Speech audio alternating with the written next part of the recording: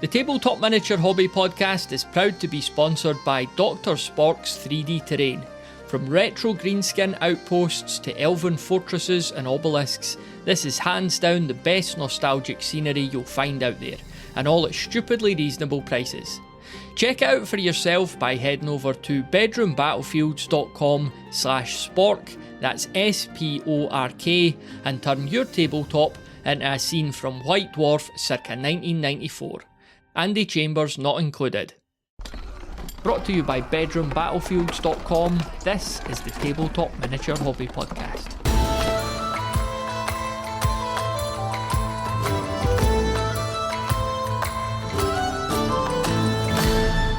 Narrative wargaming is back on the agenda, and this time around Jason has a deep and fascinating chat with none other than Tuomas Pirinen.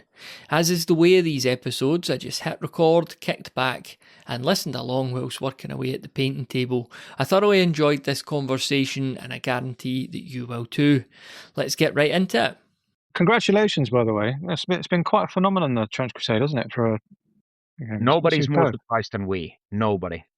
Really? You actually are surprised by it?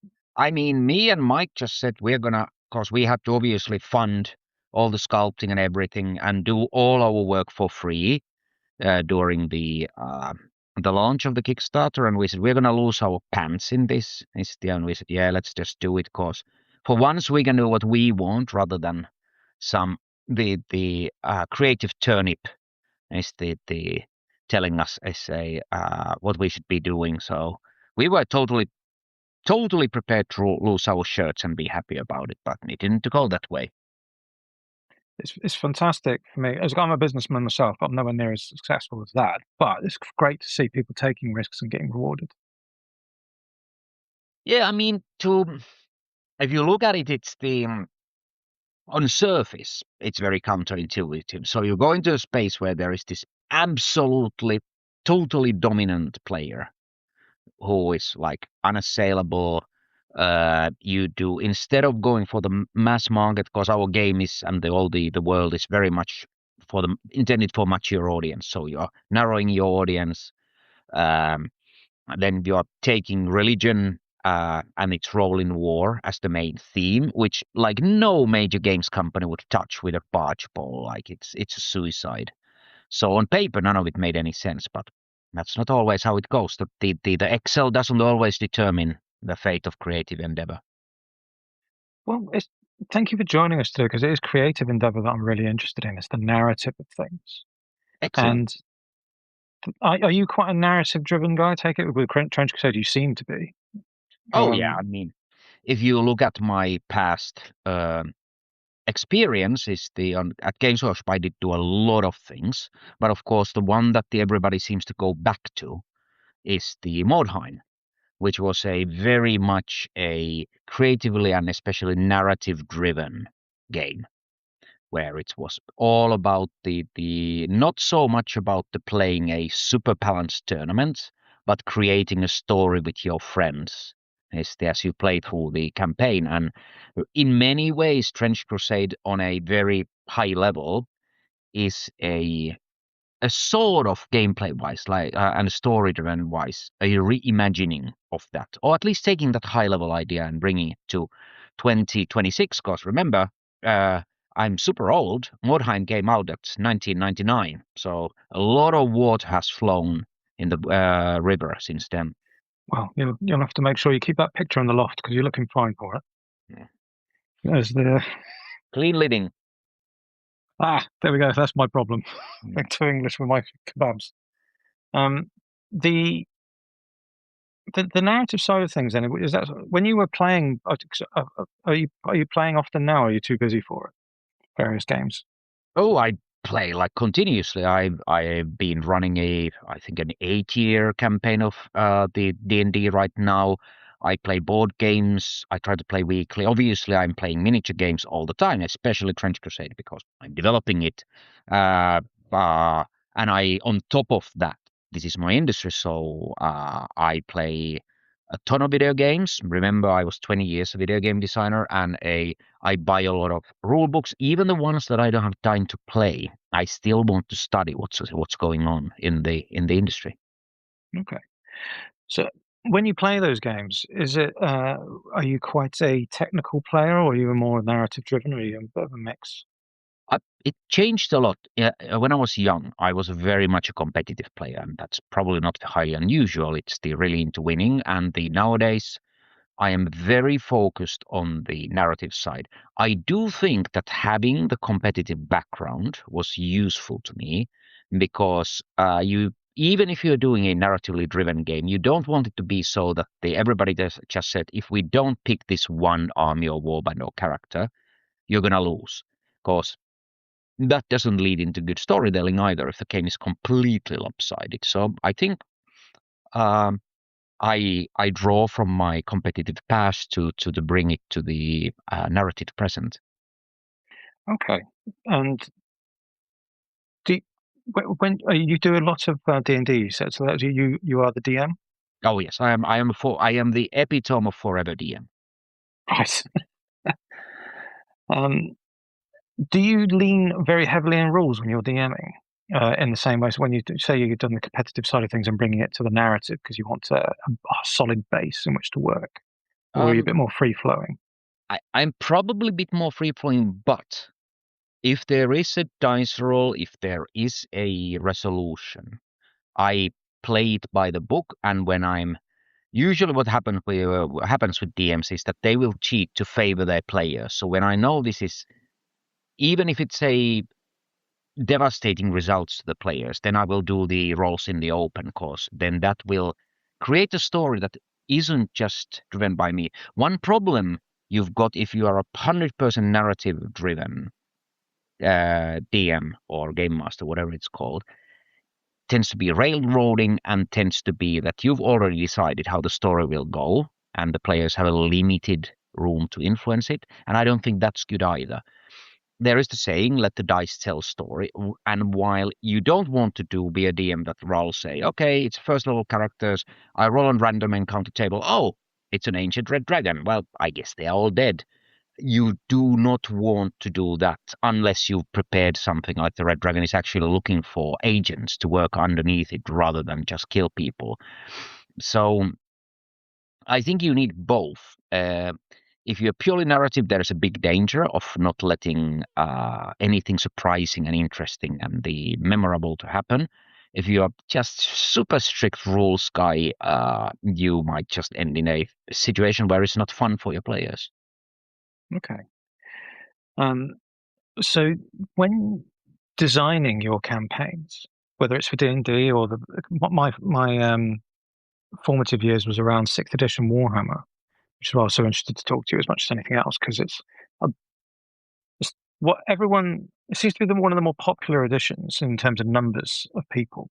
Oh yeah. And it, the thing that drew me to it so much is how complete it is as a book. You have everything that you might want to play in whatever style you want, and you can run your own campaigns. You've got the skirmish, you have the campaign trees, you have the siege rules, and you have a little bit of fluff in there as well. But you have quite a solid core for those competitive players. Because I don't know if I'm remembering correctly, but competitive play really took off around my areas Yeah. in around this edition. Was that your recollection too? And Yes, yes, just seeing it absolutely. so balanced. Yeah, I mean, part of it was that the fourth and fifth edition were very hero hammery, which has its own charms. And I really, one of the mandates I had was not to the rewrite the whole game. That was not the point, but to bring it a bit more balanced, bring some more attention to other models than just the big hero models. Uh, and that I think the competitive scene flowed from that, because before that it would have been I would say a little bit more difficult. Is the also Jervis Johnson, who started the whole grand tournament movement, had only just begun running them, so there was fertile ground for it to grow. But as for the completedness of the book, it's the from narrative point, yeah, that was by design. I wanted to cram as much value into the book as possible, because before In 5th edition, if you wanted to do everything you said, you'd have to buy the actual rule set, so a whole box and not just a book. You'd have to buy the siege rules separately, the skirmish rules separately, the campaign pack separately. So and a magic system, which was a huge expense separately. That also was in the box. In the book. And I wanted you to be able to just get one book and do pretty much anything you want. We wanted to offer a lot of value for money because in this business, the what pays your salary is the miniatures. I mean, books are nice, but what was the plan there was, hey, you get this book, you can, whatever kind of a player you are, you're sorted. Now you can get the minis you need to play and you're off. Well, as a young lad with next to no money, it was really a gateway to the hobby for me because of it. Because I did start officially on 5th, but as you say, there was no way I could get all the paraphernalia together to do the various things that I imagined in my mind. Now, you say that's obviously a lot of streamlining you did there. And I remember very fondly the campaign packs of 5th that you have your name to in many of them, as well as Mr. Thornton and I think Mr. Stillman. Yeah, did those as well. Yeah. Which I have been able to look at in hindsight, and they're absolutely beautiful little pieces of work. And they're so varied, and they're so open world as well, because you can swap out the armies, and you at every stage there is a little bit of character being introduced. Now, when you streamline things down for campaigns, because I noticed that the campaign systems didn't appear in that format at all ever again. What would you did you not favour them as much because of the way things were, or is it what would you have changed about the campaign systems in 6th, which seem to be diminishing in importance? No, I think that had more to do with the player preferences. The campaign boxes, of which I'm very proud of, but they never were as big sellers. Thus, the army books, and obviously didn't drive the same amount of the miniature sales. So, I am not surprised that they didn't really happen all that much. The after we did them, and they were done in a very specific period when we could not do more army books for the 5th edition because there was already like 14 armies, and that's a lot of armies to keep track of, and there is only so much room for the toy soldiers in the physical shop, so all these things is going against adding more army books. So this was the answer. But I think it was not a creative decision, and at that point it started to be less and less creative decision, and the sales said that, hey, new edition is coming, let's make army books, let's make codexes, let's make miniature ranges, because that's what pays the bills. So that practical reason aside, the sort of the philosophical underpinnings of all of these games is narrative at its very heart, isn't it? It's the setting. Much like your Trench Crusade, it's so flavorful because of its, like I say, no one would have touched it from an official point of view. No one would have touched it, but yet it is popular. So simply everywhere I'm talking to people, it's because of its character. So even with the competitive spheres, they're looking for that narrative base, that character. Otherwise, it wouldn't draw them, even though they want to win at all costs. So why do you feel that it doesn't translate to as wide an audience when clearly it seems to underpin everything? I think it is the for a mass audience, it is the amount of work you have to do. Like one thing that I think that works in favor of Trench Crusade and brings people to this, because it is a heavily narrative game, is that the rules are very easy to learn, even though I'm quite proud of the depth. You only need very few models. Terrain, granted, is a challenge, but terrain is always a challenge. So, and you only need one buddy to play against, and you're off to races. While with the campaign system, you have to get people who will commit to it. You probably need several types of terrain setups. You need much bigger forces since they're growing. So you are disadvantaged from the accessibility point of view. However, this is not the whole story.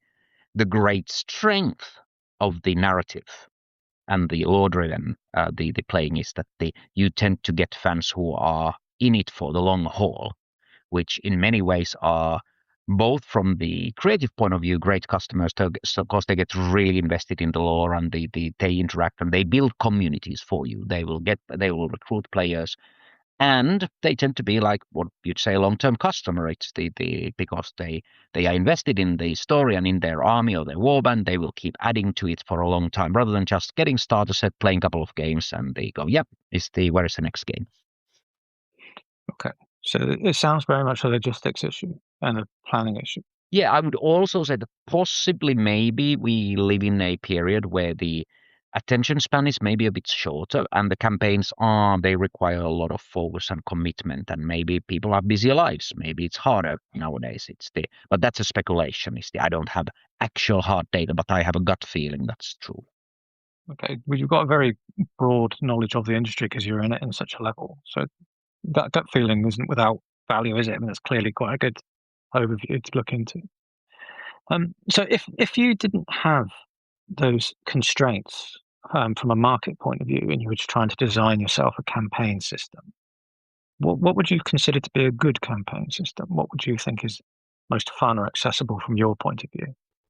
Well, okay. Are we here talking about my dream campaign, or of course as far as the optimized campaign system? I just did it. I genuinely think that are you talking about like the old campaign boxes? Because Trench Crusade has a campaign system. The campaign boxes that we did for Warhammer were more involved and sort of where the story was partly given for it. Or are we just talking about that? Let's follow it. I have unlimited money and resources. What are we talking about here? I'm quite free associative with my thinking, so I'm quite open to any of those options that you feel most drawn to. So it can be just unlimited resources that you feel was your preference, but just what you think makes a great campaign. Oh, unlimited resources have a incredible creative person running it. Like we're talking about we would cross Brennan Lee Mulligan and Matt Mercer and the Jervis Johnson from the rules point of view. You'd have these incredible creatives who will create the story, and it will change according to what you do. And there will be crafted mini games between the matches. You see our friends at the Trench Titans doing this. They are running a absolutely phenomenal narrative campaigns where after every game they've come up with a new tactile mini game that determines the certain bonuses and which way the story goes. Every scenario would be handcrafted for your players. So we're really talking there a campaign as a service. That would be the ultimate. And of course, you'd have a world-class miniature painters and converters. They provide any NPCs and the terrain. That is obviously a billionaire might be able to afford that. Well, maybe a millionaire too, but not your everyday player. But that's obviously because you can't really beat a supremely creative and experienced game master creating unique content for you. Of course, you would have a tailored experience. Now, that's not realistic. You can't put that in a box. If I'd want to recreate the campaign boxes, well, if you check our Kickstarter for Trench Crusade, we have promised a new campaign pack. It's called Carcass Front. And how would I say it? I don't want to quite reveal what we are doing, but maybe you'll see something you like there when it comes to a modern take of what a campaign pack could look like. But as for the sort of streamlined narrative-driven campaign, I really tried to fix every problem I could think of. Catch-up mechanics, the exploration tables, is the how your warband grows and experiences, how do you resolve the long-term injuries. I really gave it my best effort in the Trench Crusade. So I don't understand the term catch-up mechanics. Do you mind just unpacking that a bit? Yeah. So a very, very common reason for campaigns, narrative or otherwise, falling apart is that you have your group of friends. Let's say there's 4. One of them gets beaten to dust in 3 games. And, yes. Okay. And they can't compete anymore. They're just going, well, I'm just here, but nothing I do matters anymore. I am so crushed that and then that guy goes, sorry, but I don't really feel like playing because I'm just gonna lose. And then suddenly your campaign falls apart. So you need mechanics to bring them up to speed without making it meaningless that you're playing. Like if the guy is playing perfectly and still can't win because the catch-up mechanic is too strong, then that's not good either. Okay, so that sounds a very delicate or well-crafted balance you have to make there. Is this all a built-in automated version of what a games master would be doing? Oh yeah, I As mean, a, yeah, you're basically in this kind of situation, a good game master would go, okay, this the little Jimmy is the his dad played against him and just crushed him. He has one model left. He's feeling really glum. So an event begins. It's the Lady of the Lake hands the Excalibur to that last guy and say that you are now the king of knights, and the some knights come to help him, and the little Jimmy gets back into campaign and feeling really good about it. Is the um, because at the end, ultimately, it should be a narrative campaign. Should be that it's a shared storytelling. Everybody's really enjoying what they are doing, and everybody's having fun, and the joy, and everybody feels they are participating, and they have a role to play and impact. so very social driven as well, then, not merely the narrative. You want that social connections to be built into the book as well, the opportunities for that. Yeah, opportunities. I mean, you can't social engineer anybody through campaign background, well, not very efficiently anyway, and you wouldn't want to. But you can create opportunities. Uh, Social play is the glue. The as important as it is to get your lore and your art and your miniatures and your rules right, at the end of the day, if the it's not a group of friends who are really enjoying the playing together, I wouldn't. That probably won't last very long if it's not a great experience. So you want to give opportunities for a lot of social interaction, a lot of fun together, a lot of the opportunities, great memories together. Do you consider the mechanics more important than the narrative in a game? It depends on a game. I would say that In wargaming, perhaps. in wargaming, the rules have to work, because otherwise the only thing you do is argue. Um, there are various levels of success, but you need to get to a certain level where it's just your game is not stopped every 2 minutes of you and your friends arguing. No, the rule means this. No, it means that.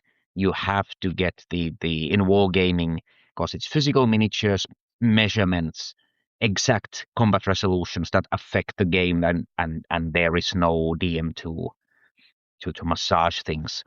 I think you can't do a war game, no matter how great the narrative would be, if it's acrimonious playing every time. And unfortunately, a lot of games can be this. Unless you have somebody in the gaming group who is willing to fix the rules for the game designer, then none can do. Having said that, it tends to be that the games that have a incredible lore and maybe so-so rules tend to do better than the games with incredible rules and so-so lore. The incredible lore tends to win out. The great narrative, great characters, great world building is so tactile, and it is so alluring to us as human beings, because ultimately it is a story you tell. So there isn't one like a cookie cutter answer for that. Okay. Do you believe it's possible to get true balance in games? Yeah, In games that with these narrative drives yeah, underpinning them? absolutely. Probably isn't going to be that much fun, because the ultimately balance is the closer the two opposing forces are to each other, that the more identical their rules are, the more balanced it is. And that is not fun. I mean, a huge part of the fun is to encounter something new or play against something new or some new combination. And if both sides have everything is same. It's very balanced, but the fun goes out of the window. So it is absolutely possible, but the question is it desirable or not? And I would say, in my experience, no. You still want that the joy of discovery, of trying a new army or new warband or new character or new piece of equipment that has its unique rules. It's which creates new situations, and yes, that can lead into balance problems, but ultimately it's so much more rewarding. So when you're chasing balance whilst trying to keep the character, which is quite integral to a campaign, isn't it, in some sense? Because you want people to be able to, as you say, win at the end, but also have a journey that they're engaged with. If you're having to introduce constant points of imbalance to keep interest, what are the points you're fixating on to make it a good campaign without losing that? Because people talk to me about balance, more competitive players of mine that I haven't. I'm going to put my cards on the table. I've always not enjoyed competitive play as it's presented to me, but my friends thoroughly enjoy it, and I don't know what they're chasing. And as a DM, that's obviously I'm going in lame to try and keep them engaged whilst keeping my narrative players engaged. Is it just? What would you say on that? I mean, how would you? Well, it is not 100% solvable problems. There tends to be like people who are into competitive tournaments. They're just not identical to those who are really into deep, satisfying narratives and don't really care if they win or lose as long as the story is magnificent. But there are tools. So one thing is playtesting. I know it's a boring one, but a lot of people say about a lot of games that, oh, this, that, or the other is so much more powerful. But you shouldn't listen to what people say. You should listen to the end results. Because if, say, you have 4 factions in your game, and each one of them wins roughly 5% of the time, well, even if everybody claims one of them is better, that's not what the data says. It's so it is a lot of work and a lot of data collecting, but playtesting is a great way. It's to strive for balance. It will not be this absolute perfection, and there might be good or bad matchups, but ultimately, then it's more about the skill of the players who are competing. It's than the rules you've written. But there is one very good trick I've learned over my years, and that is start from the beginning. So if you have a narrative campaign, sort out is your final battle that anchors it, or final scenario, whatever it is, and the work backwards from there. Because once you know how it ends, you can make sure that nothing along the way to it is the breaks it. So let's say you have a series of 6 battles. You start from the end, you go backwards or even forwards, and you go and get in the 3rd battle and go, hang on a minute, if this character dies here, the ending that I planned will not work or will be totally unbalanced. Then either that character is not there, or he or she can't die, and that's the battle or whatnot. That's a very good tool for retaining the story you want to tell in narrative event while still is the maintaining a semblance of balance. Because at the end of the day, it usually comes down to the final battle. And if the final battle, you can arrange that there is a good chance that everybody arrives there, at least with a chance of winning, then you've probably done really well. Is that for wargaming, or do you do that for D&D as well, for your campaigns? All the games, video games too. Okay, so from my experience as a DM, it goes completely off the rails and down areas that I never knew would happen. It's very free flowing from my point of view. Yep. How do you accommodate for that if you know the destination? Because the destination in a RPG, like to be fair, my example was from I was thinking a war game. In RPG, Of course, sorry, yeah. You obviously have to take a choice. Is this a sandbox? Especially if it's a pure sandbox, then yeah, that doesn't apply because it's a sandbox, and the players go where they want. But if you have quite a free-flowing campaign in D&D or other RPG, but there is ultimately a narrative beats that happen, then you can use those. Really, for if it's a full sandbox, then why worry? If your players decide that they the High King of Gods lives on that mountain, we're level 1, we're gonna go there and kill him. And you look at the stats, yeah, that's not going to happen. But if they want to do it, they will do it. And then the King of Gods will kill them. And then you have to create new characters. Or maybe the King of Gods resurrects them and they makes them, you're going to hell and you work for me. That could be quite fun. But that is then a very different than having a narrative red string to run full campaign. And again, I am not making a value judgment which is right or wrong. Both can work and both depend very much on the kind of game master there is. Okay, so that's the kind of way that we play war games in our little group. And it's very popular with people that are not entrenched in miniatures hobbying. It's a good way of them accessing the hobby, especially if we're presenting everything to them. But why is it that it's not as widespread, in your opinion, amongst war games? That sort of method. You're meaning about sandbox, like do whatever. Sandbox play with war games, yeah. It seems to be more common in the 80s and 90s, and it sort of tapered off. Yeah, it's the people usually want at least an illusion of fairness, and the sandbox isn't really. You're always wondering that the what is the optimal way to play, and my mentor Rick Priestley talked about this a lot because the original Warhammer 40k was very it was really an RPG. It wasn't a miniature war game. But people did not want to play that way. They wanted competitive head-to-head clashes.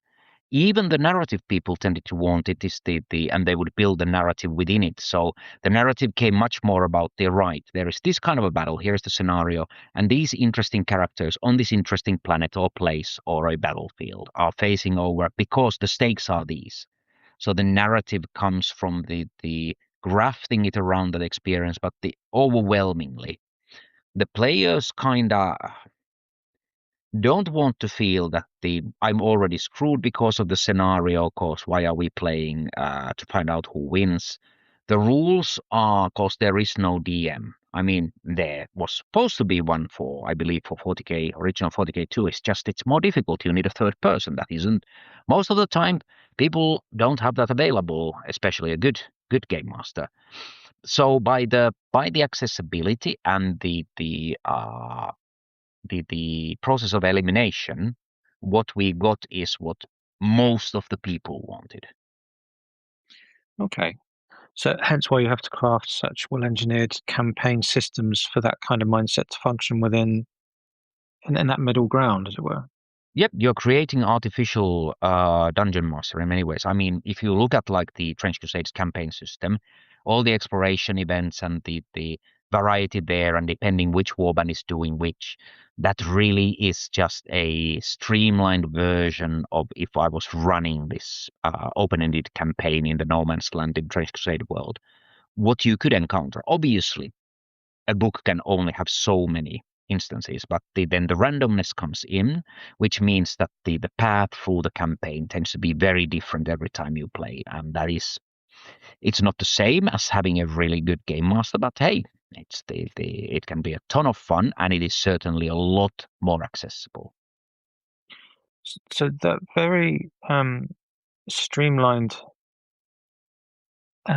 campaign system that you've designed for Trench Crusade, then it would allow the games master to come in and take it, should they so wish, and build off it. Absolutely, and I hope they do. It's and I hope it is used to them, because as you probably know, it's on the role-playing scene, there is a huge problem with the lack of dungeon masters and game masters.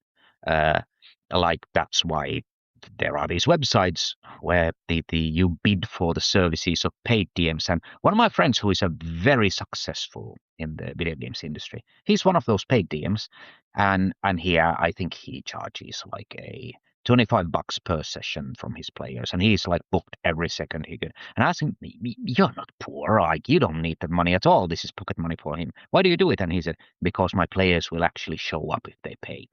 So,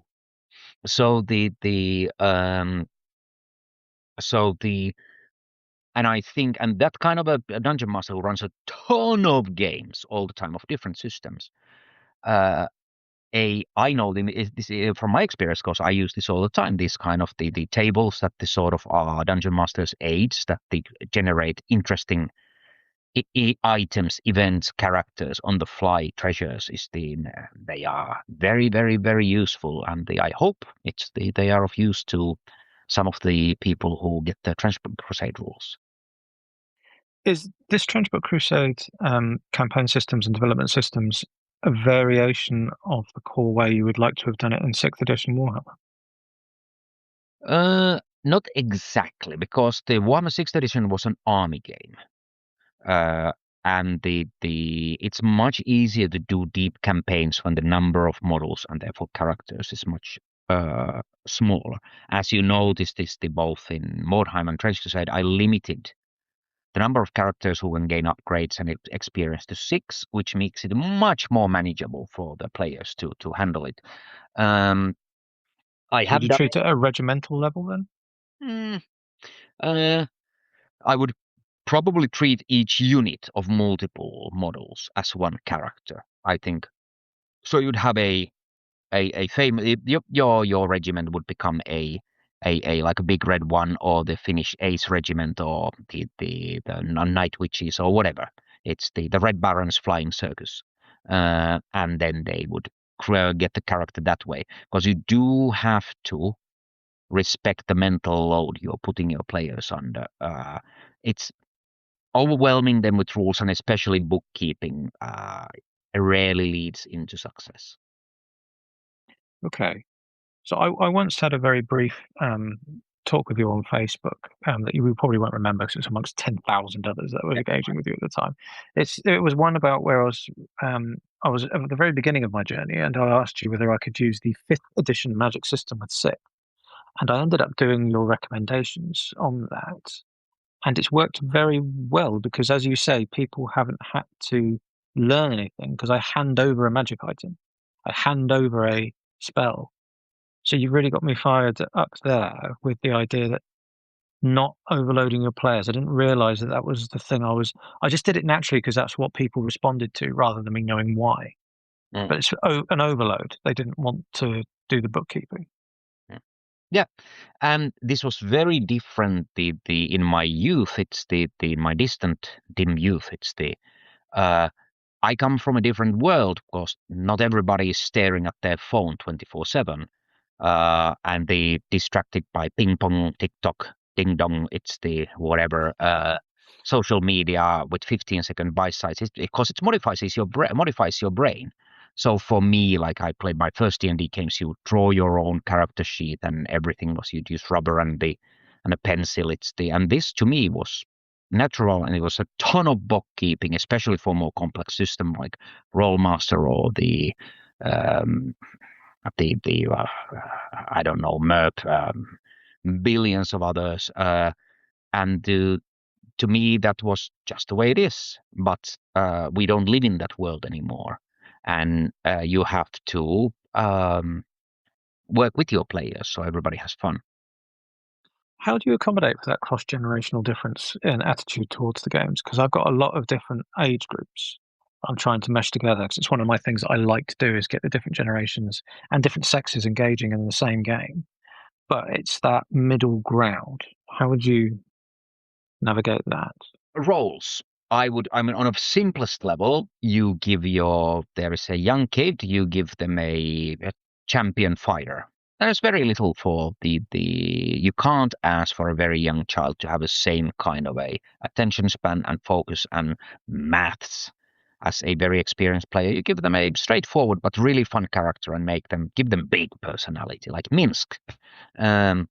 It's and then you give more complex characters to more advanced players. Maybe you have somebody who is not really into the fighting. You tailor make them a social character. Maybe some of them doesn't like violence. You give them a healer, and then the most experienced player, you nominate them as you give them a character that's the sort of the natural leader and they have a job. Maybe they have the magical map in their mind that everybody has to follow. So they have to take the burden of the guiding the party. Again, that's a lot of work, but if that's what you want to achieve, then you have to do the legwork. So that's mirroring the social hierarchy that exists anyway, in some sense. That's what's sort of going on in their lives. Yes, it is. But they won't necessarily do it naturally, because we are very visual creatures, most of us. So your youngest player might see a picture of a wizard casting a fireball and think that's really cool. But wizards are a really difficult class to play and play well and have a ton of bookkeeping.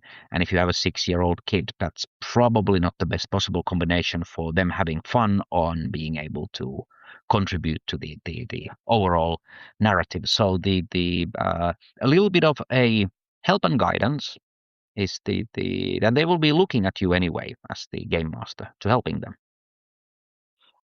So we run rather big games, narrative games of Warhammer, about 2,000 miniatures, 16 players. The youngest people are around 16, 15. The oldest are however long humans can survive. And there's quite a difference in the 3 generation groups in how they come at these games. Would that translate over what you've just said to the wargaming in that sort of setting as well, that sort of thinking?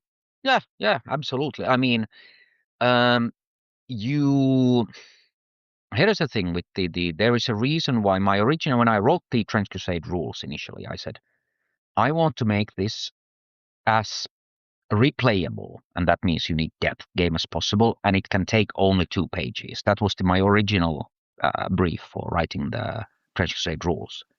And I had to extend it to 3 pages, but that's still manageable.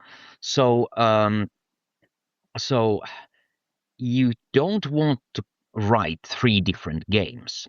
That's a lot of work, and you're just splintering your player base.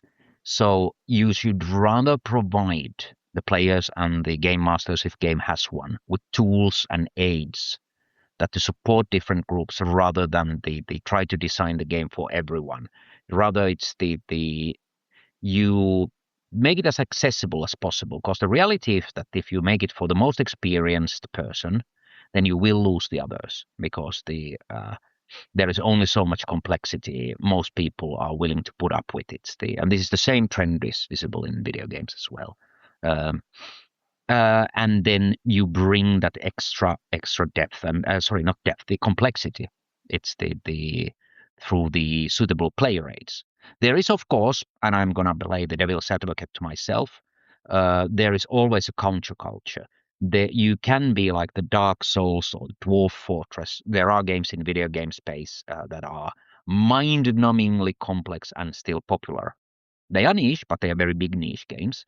So there isn't only one way to paradise, but we are now, I presume, talking here about mainstream audiences. Well, that's what I'm trying to access is the mainstream through something which I know is a niche hobby in the wider world. Although I'm not sure how niche it is now. I mean, perhaps you can tell me that, because it seems to have grown significantly since I was a child. Oh, it's grown massively, but you always have to remember that the numbers still in video games industry, you can sell 30 million copies, or you can have 500 million players on a mobile game. This is still a gigantic difference to even the most popular tabletop games. You could say that the Pokemon card game, because Pokemon is a mega franchise, the Magic the Gathering and D&D are mainstream, but they are funny ones because they already made it. Because D&D and the Magic are very complex games actually compared to most of the stuff comes out that tries to find a place. And if they were released today and nobody knew the IP, they are good games, but might be tough sell. Right. So the wider cultural context has a lot to do with it as much as anything else. Yeah, I mean, we are making games for humans, aren't we? You made it so simple, but of course it is. Yeah. I've never considered it as that. Mm-hmm. That said, then, how important? Because we've just recently on our Discord group had a bit of a conversation about the importance of points within games, and there are various camps on the topic. But how do you think points are absolutely necessary? No, not at all.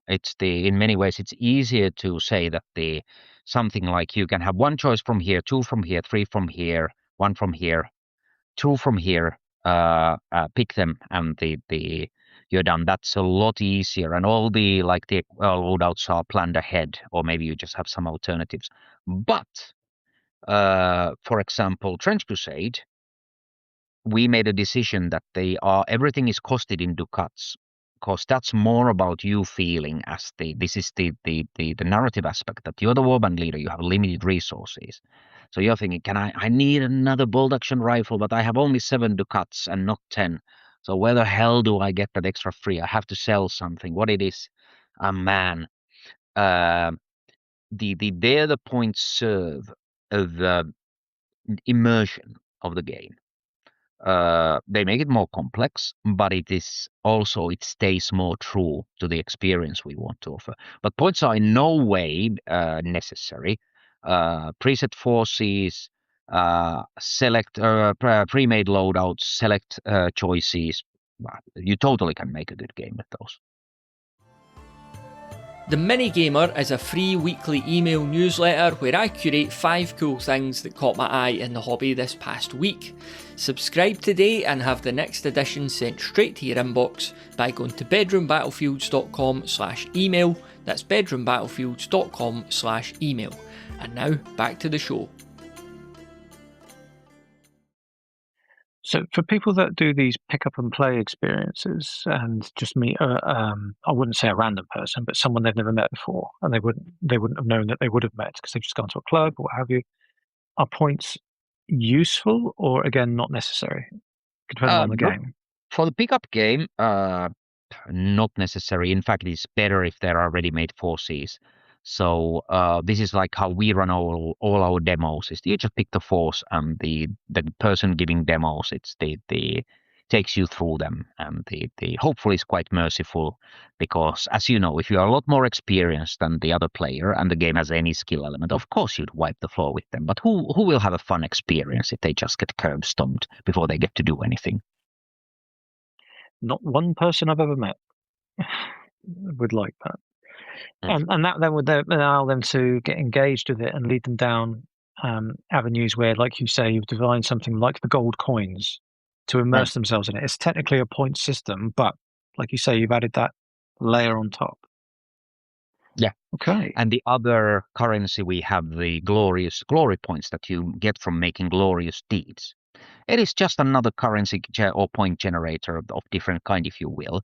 But because you earn them pulling off some incredible feats of bravery, you feel that this is now your patron notices that you are a great hero and they want to reward you, and you get some really special equipment. I could have made it very dull and the technical, or just not have them at all. It's not like I couldn't have balanced it otherwise, but the point system serves the immersion and and it's a thing that you don't really get in the beginning. You start earning it through the campaign, so you really feel this is I earned this. Your games that I've experienced are very, in their narratives and in their settings, are very grounded in a way that makes them feel like they're very adjacent to reality rather than adjacent to fantasy, as it were, pure fantasy. Are you quite inspired by history or settings for everything, for your narratives?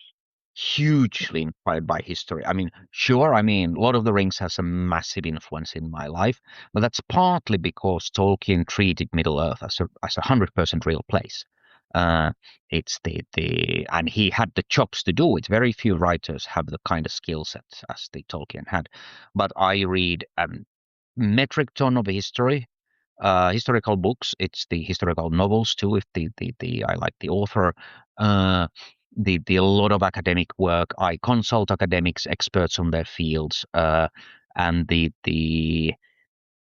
a big problem I see with a lot of law crafters and the game designers is that things happen because they have to happen in order for X to happen, but that's not how world works. You rather go, I want this in the game or the game world. Then you find out what would have to happen that it was there.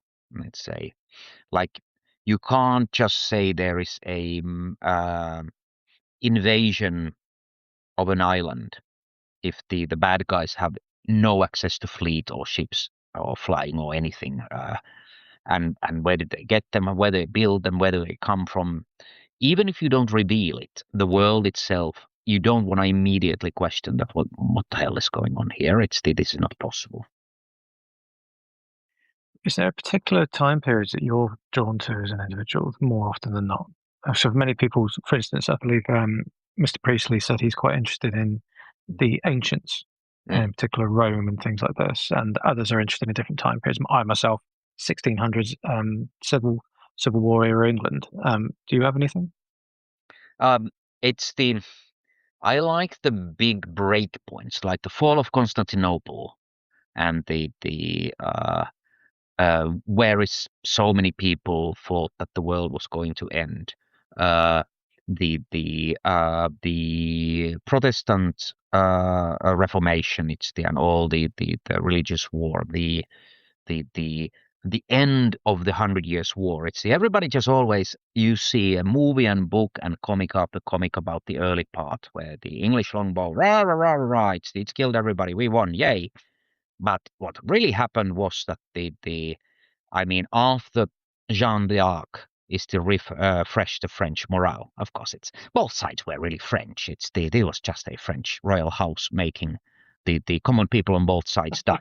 Everybody considers it England versus France. It was two French noble houses. But then the French, after Jeanne d'Arc have restored their spirits. They figure out that, hey, these cannons are pretty cool. And and they go, right, we are not going to fight open field battles against the English longbowmen unless we have time to set up our cannons. We'll do sieges. And they just went and just absolutely bollocked the English. You never hear about it because the Hollywood isn't interested in telling any French winning any battles. But to me, that what changed, that it seemed like like after Agincourt that France is done. It's what changed. So it's those points in history when something really breaks and changes. The beginning of why was Franz Ferdinand dying so important that the World War One would start? It's how the hell did the Vietnamese kick the American teeth in, even though on paper in a million years they shouldn't have any chance. It's all these interest me in history. Have you found any kind of answer? Is it something to do with the cultural narrative shifting that inspires people? It's always the people. There has been some technological advance that has at least hastened the result, but almost all the wars, let's look at the fall of Constantinople. Quite likely, if the bloody Christian church would have gotten its act together and the Pope and the Latin church would have decided that they want to help the Orthodox, they probably could have bought an army overseas that would have strengthened Constantinople enough that it wouldn't have fallen, but they couldn't. So again, taking nothing away from Muhammad the Conqueror, is tremendously the successful Sultan, but I always think that the things have a lot to do with the people, and very rarely about some overwhelming hero or anything. Because even Caesar, who was, again, he's the ruthless but a brilliant man, could only crumple the Republic because it was crumbling already.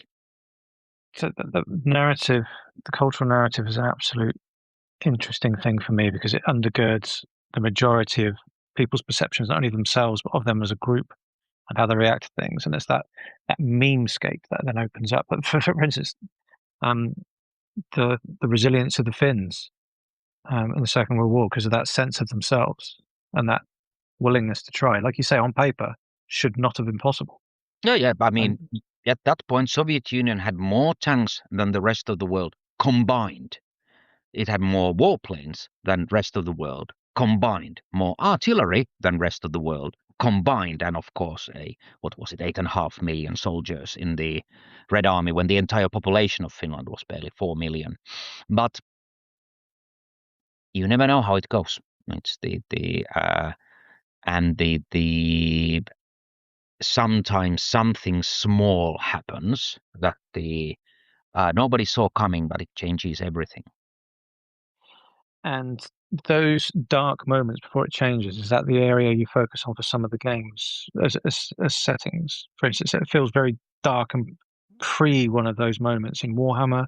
Trench Crusade is very much a precursor to something that might be. Am I wrong in that, or? No, you're absolutely right. But it highlights and the strengthens the heroism of the person who has my sympathies with, is the common man or woman, is the fighting for their homes, and they are the least responsible for everything that's happening. And even though they can obviously have moral failures and others, you tend to sympathize with them because they are just people trying to survive. It's fight for something they believe in, and if the enemy is not, if the situation is not grim and dark and challenging, then you lessen the heroism. I mean, this was in Lord of the Rings, it's the Sauron was overwhelmingly more powerful than the Free Peoples. Tolkien made it quite clear that the quest of the ring actually did not matter, because Tolkien had already stated that nobody never could resist the ring. So getting to the Mount Doom, it was just a fool's errand in a sense that there was no way. It's the Gandalf knew Frodo couldn't destroy the ring because nobody could destroy the ring. But at least circumstances had to be created where it was possible for the Free Peoples to win. So and this is, by the way, the genius of Tolkien. The book is called Lord of the Rings. You never see Sauron, and that makes him a billion times more terrifying. If Tolkien were describing with horns and the red eyes and whatnot, you lessen the absolute dread that his presence, that is, while he's never seen, but it's felt every second of the book. And does that translate over to visual cues as well? Because I noticed in the films, obviously, you do see Sauron right at the beginning, and yet my experience of it was still, because they were very light with that he was an ancient evil that you didn't really know, and then they got rid of him straight away. Is it that? Yeah. Oh yeah, that was the right decision. There was, you can look it on YouTube. They did film him having a duel with Aragorn, and that would have absolutely lessened him so badly. This is true if you look at the original Alien movie.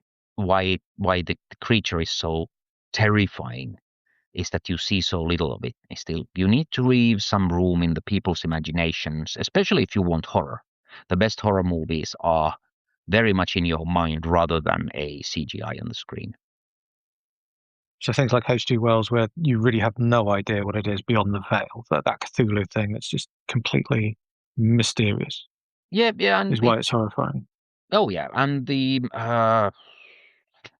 can also show something, but if it's incomprehensible, I quite like the War of the Worlds. It's because usually the alien invasion movies are that the humans just beat them. And what I liked about the War of the Worlds, which is a very old book, was that humans have no chance, because H.G. Wells understood science. If they have technology to fly from Mars to here, we have no chance. I mean, they'll be so much more advanced than us that they will just wipe us out, which is exactly what happened. And then it was again, this unforeseen event, the germs of planet Earth that the aliens had not. Maybe it was just one of them that they had missed, that then killed them all, and they allowed humans to get their planet back.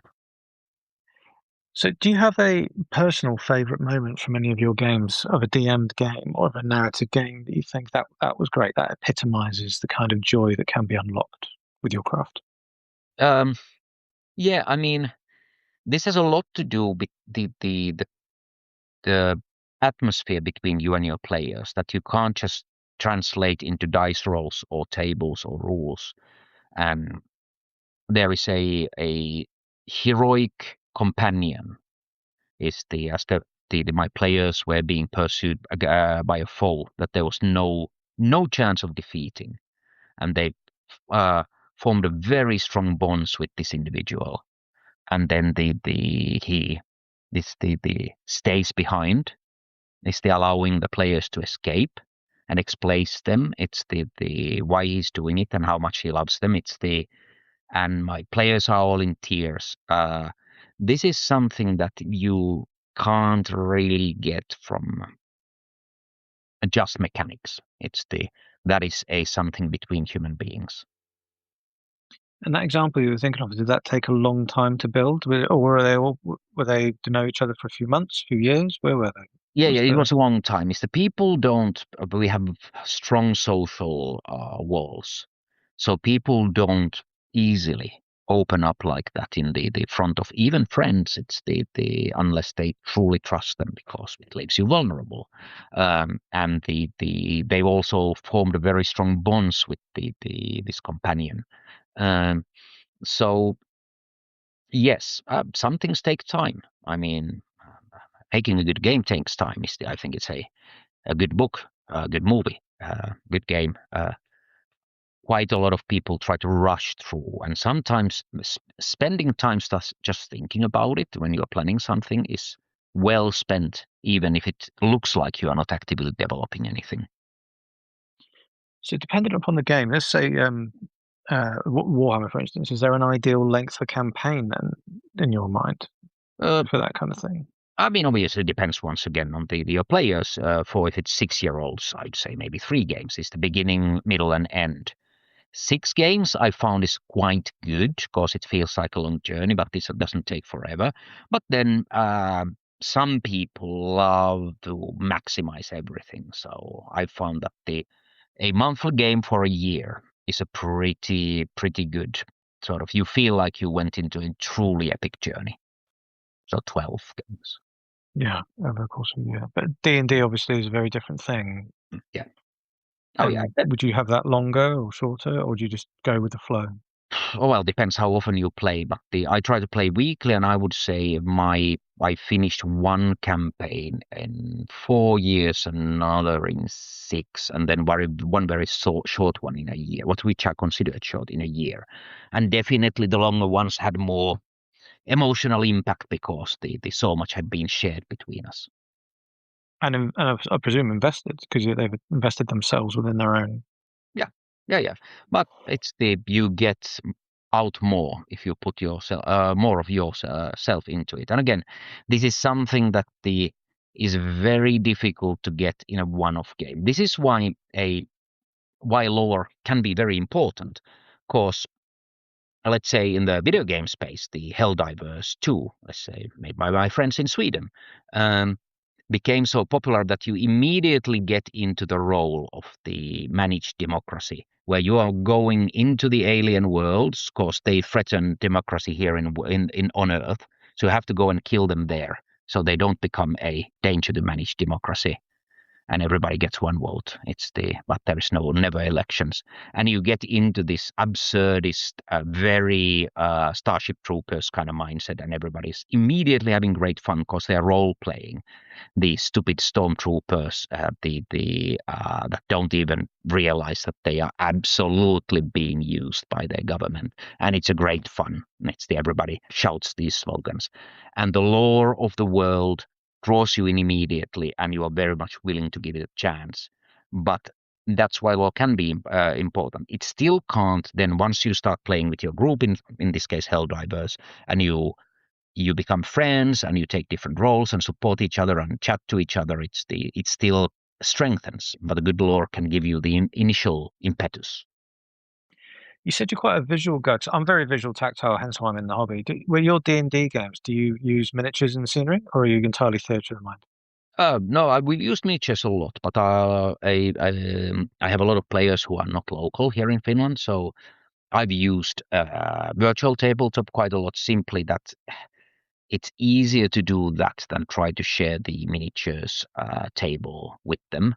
I do fear of mine when tactical positioning doesn't matter. And if you're just having one-on-one duel and the both of them are just melee sluggers. You're very, very successful in the games that you've been involved with, and what would you say is the one that you have most fondness for, the one that you've executed with the greatest sense of art? So I'm a craftsman, I'm a carpenter myself, and I know that some projects I leave it going, bloody hell, I wish I did that different way to that different. But on very rare occasion, there's a project where I go, I am so pleased with how I've engineered that. That is something special. And I presume you're the same. Yeah. It's and remember, games are made by teams. So sometimes I've been very proud of what I've done, but the game necessarily didn't turn out as good as it should have because, and I'm not pointing fingers, but sometimes like the deadline is too tight for the programmers, or the artist lose somebody because of illnesses at a crucial moment, and the things go pear-shaped. But on tabletop, I would say the Mordheim purely artistically, because the absolutely stunning work that the John Blanche did to craft the artistry for that. But as a whole package, yeah, Trench Crusade, which is not surprising. I've obviously accumulated a lot more experience, and I had an absolute all-star cast team, like beyond dream team, like the stars aligned that so many of the best of the best of the best wanted to work with us on it. So I really had like the perfect shield wall. That's superb. So you feel this is the pinnacle of your career in some sense, and this so far this is the highest point you've got to with the Trench Crusades. On tabletop, absolutely. Video game industry and the tabletop industry, comparing them is a little bit apples and oranges. They are not identical. With the video games, the technology has such a humongous role. It's the 800-pound gorilla in the room all the time. So doing a direct comparison, I would really have to treat those separately. But on tabletop, absolutely. Do you have a game that you've came across, whether it's video game or whether it's tabletop game, that you would recommend anyone go to as you think that is a marvelous piece of work? That is something that, as someone in the industry, like myself, when I've seen a certain piece of work in a palace where there's absolutely fantastic carpentry, you can't get better. Well, yeah. I have several. It's the Pandemic board game series where you literally, like, as you play it, let's say there's a playable card. That is, you get a choice of 3. You have to tear the other 2 up, so you're physically changing the game as you make the decisions. Brilliant design, absolutely genius. I like Saga on the wargaming. It's well, that was a very, very, very well executed, easy to learn, difficult to master game, which they all should be. Historical game primarily, ton of fun. I am I have to give a D&D 5th edition its accolades for taking a 50, 60-year-old game, no longer than that probably, and turning 50-year-old game and turning it into something that the modern players can even grasp. Yeah, it had the D&D name, but you still have to appreciate how they paid homage to what the game is. So it is still D&D, but it is so much easier comparatively to get into. But on a sort of a genius game design, in video games, there is such a huge variety of the larger than life games. I really, for example, like Persona series, which is this RPG and a Japanese school simulator at the same time, which is a crazy combination, but somehow it works. And brilliant writing is one of the reasons. I love everything Nintendo does. Nintendo is it is the oldest game company in the world. They were already making games to the Ottoman Empire, 135 years now, I think, how old they are. I had no idea. Yeah. How did they start then? Did you know anything about? They made playing cards and they made backgammon, I think. And the games like that. Like I said, they made games that they sold to the Ottoman Empire. And they are still there. An Ottoman Empire, that's quite an achievement. But they produced a genius game after genius game. I've really artistically Expedition 33 that came out last year and swept the awards season. There are so many games that they admire, but those are just a couple off the top of my head. Legend of Zelda on the video games is probably the original. Ocarina of Time, not the original. Ocarina of Time is probably my all-time favorite game. It was so groundbreaking. I can't convey that feeling. I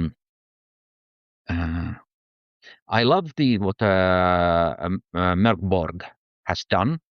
It's and how mutable it is. I love the Pirate Borg, for example. That book is hilarious and great fun and great book. But those are just a couple off the top of my head. Super. So your D&D games, do you use it just as an engine for any setting that you're interested in? You just apply it to whatever narrative and whatever setting you want, or are you keeping within the prescribed law? I use Forgotten Realms because I like to support it because of Ed Greenwood is a game designer that I think that's how it should be, that you start as a really young 8-year-old boy, you create this world, and then it becomes this huge thing, and he's still like independent creator. He's not a Hasbro employee, and he's making these videos and still loving his world, and I follow him and his love for the world he's crafted, even for it's owned now by Hasbro. Is undiminished. He's a librarian. For game design is very much a hobby to him. So, the I feel the love he has for the setting, and that makes me good about playing it. Plus, it's everything and kitchen sink world. So any kind of adventure I want to have, I can throw it in there. And the plus, well, we're talking about the games I admire. Look at Baldur's Gate 3. That world has generated a absolute stunning game after game. Baldur's Gate 1, 2, and 3 are potentially the best trilogy ever created. It's certainly a strong candidate. It shows the strength of the world as a base for storytelling. Do you have any? Thank you very much for giving me such comprehensive answers and everything else so far. Is there anything about campaigns that you think I've missed that's important? It doesn't matter. It's a generic sense. I know I've referenced certain games. I've just done that just for an anchor point for the conversation rather than any reason. Yeah. I think it is important. Immersion is the number one to me. If the players are not fascinated by the world they are in, and the characters within it is I think you'll struggle. And I think you need goals. They can be short. If it's a sandbox, they can be short-term goals, but you always want to have them. And then very important is that the success and failure is both should be interesting in some way. It's we talked about the catch-up mechanics and fail saves. I mean, if for a lot of games, stories, movies, books, say a death of a major character, even for it's traumatic, is also pivotal. So you should always, the game should handle a loss often better. That the loss or failure can lead into something new and interesting and exciting. And I think that's I mentioned to you that if I as a DM and your first level character, and for some reason we are using pure random encounters and we roll that ancient red dragon, there is no point running a combat. The player's already lost. But having having a ancient red dragon as your overbearing evil boss that makes you do things now, that's interesting. So even for the roll was a failure and the players lost the encounter, it's the narrative can lead into new and exciting things. And not just go that, okay, the red dragon killed you, game over. And is that the same for mass combat games like Warhammer, like any of the others? I think that obviously in one-to-one setting is even a total trouncing can be a great story. You could have the really incredible final stand, or sometimes a game that appears that it's been lost. You manage to claw back on the last moment and have a come behind victory. That's exciting. It's so the important thing is that the game can handle it, and not every game can, because it's very binary, win or loss, and that's it. And but what really helps once again is if it's a game has a great lore, then a lot of your work is done for you, because if you know the history of the dwarf kings taking part in the combat, that alone is exciting. Let's see what happens to these legendary people that I'm really really invested in. Did you have anything that you think I've missed that you think is important on any of those points, or No. any other previous? No. You can talk about a narrative and its role in games forever. It's an unending subject. So mainly I would say is I would encourage players to try it out. It's even if you think you're not good at it, you might find out that you enjoy it. Very few people do try it, don't they, these days? It seems to be very much more prescribed. Yeah, I think the people are afraid of failure. It can be much more public because of the curse of social media. But it can also be very good because if you create something people enjoy, then you see them posting about it. It can be a very happy and joyous. And I found this the mainly players more often than not is they are just happy that somebody's doing something really interesting. So the gathering the social courage to try something is I encourage people to do it. Will you be going on tour any time with your success with the Trench Crusade? Will you be going around Europe or UK at any point? All the time. I was UK Games Expo last year, Adepticon, Play Essen and Germany. This year I'm going to Australia, UK again, Germany again. I'm going to Serbia, I think, France, Italy, all the time. It comes with the job. What's your next date in the UK? Possibly UK Games Expo. I have a lot of travel on that time slot, so let's see that if that happens. But I definitely want to come. Especially now, a lot of our team is in UK. Jervis Johnson, Andy Chambers, Brooke, they are all there. Obviously, all my old friends in the GW. It's the John Blanche. I go and see whenever I can. Massive thanks to the guys there for that incredible chat. I really appreciate both of them for taking the time. These episodes always spark good conversations in the community as well, and you could have your say by going to bedroombattlefields.com/discord. That's bedroombattlefields.com/discord. Alright, thank you very much for listening, and we'll speak again on the next one.